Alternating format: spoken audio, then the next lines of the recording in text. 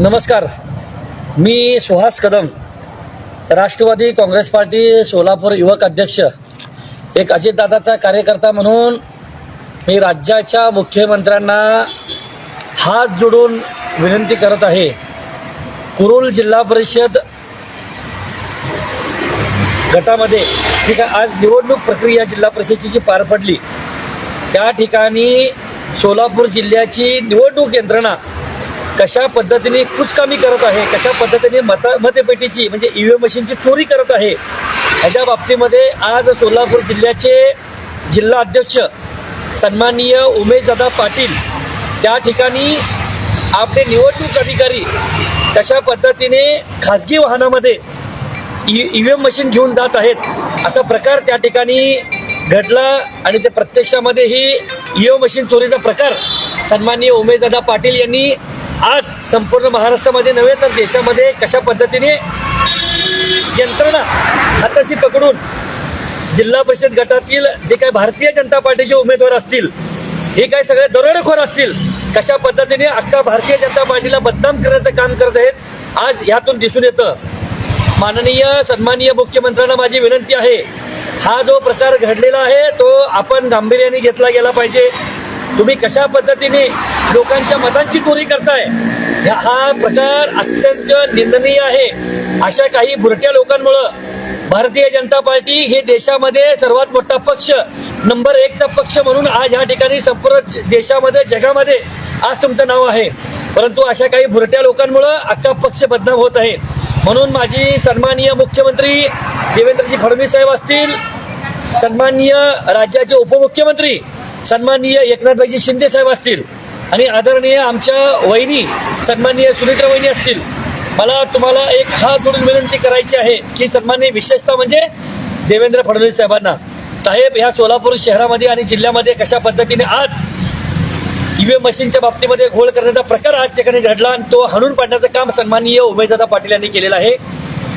माझी प्रथम मागणी अशी आहे की प्रथमतः या सोलापूर जिल्ह्याचे जिल्हाधिकारी कुमार आशीर्वाद यांना बडतर्फ केलं पाहिजे. या सोलापूर जिल्ह्याचे SP यांना देखील बडतर्फ केलं पाहिजे आणि या सोलापूर जिल्ह्याचे जे निवडणूक अधिकारी म्हणून काम बजावत आहेत यांना देखील बडतर्फ केले पाहिजेत. आज राज्याचे मुख्य निवडणूक अधिकारी यांना देखील माझी विनंती आहे की अशा पद्धतीने जर प्रकार होत असेल तर हा लोकशाहीचा गळा दाबण्याचं काम तुम्ही सगळेजण करत आहात. कारण की तुम्ही लोकशाहीचा पाप तुमच्या अंगावर ओढून घेतात हे याच्यातून दिसून येते. म्हणून माझी राज्याच्या मुख्यमंत्र्यांना आणि राज्याचे मुख्य निवडणूक अधिकाऱ्यांना माझी विनंती आहे, हा जो प्रकार घडलेला आहे हा प्रकार लोकशाहीला दाबणार आहे. विश्वरत्न डॉक्टर बाबासाहेब आंबेडकरांनी जो काही संविधान दिलेलं आहे, जो मतदान करण्याचा, गुप्त मतदान करण्याचा जो अधिकार दिलेला आहे, तर संविधानाची देखील तुम्ही गोची करताय, संविधान देखील तुम्ही हाणून पाडताय असा आरोप मी तुमच्यावर जबाबदारीने करत आहे. म्हणून माझी तुम्हाला विनंती आहे की तुम्ही ह्याच्यामध्ये लक्ष घातलं पाहिजे, जिल्हाधिकाऱ्याला बडतर्फ केलं पाहिजे, SP ला बडतर्फ केलं पाहिजे आणि ह्या सोलापूर जिल्ह्याचा जो कोणी निवडणूक अधिकारी आहे त्याला देखील बडतर्फ केलं पाहिजे. जोपर्यंत अशा लोकांना तुम्ही बडतर्फ करणार नाही तोपर्यंत हा लोकशाहीचा लढा हा कधीही यशस्वी होणार नाही. त्यामुळे ह्यांना घरी बसवण्याचं काम तुमच्या माध्यमातून केलं गेलं पाहिजे.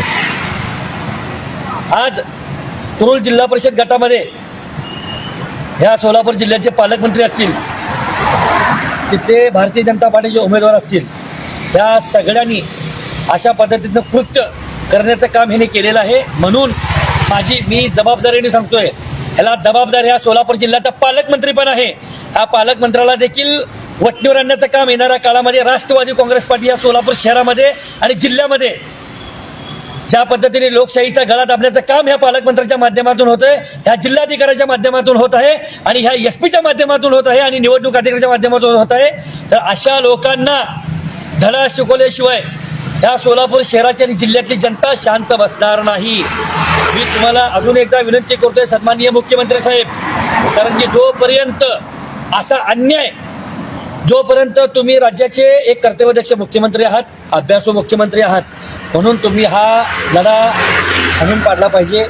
आणि इथले जे काही मोहोळ तालुक्यातील जी दरोडेखोरांची टीम जी आहे की ज्यांनी आतापर्यंत या महाराष्ट्र शासनाला लुटण्याचं काम केलं, येणाऱ्या सरकारला लुटण्याचं काम केलं, आज हे भारतीय जनता पार्टीचं त्या ठिकाणी काम करतायत.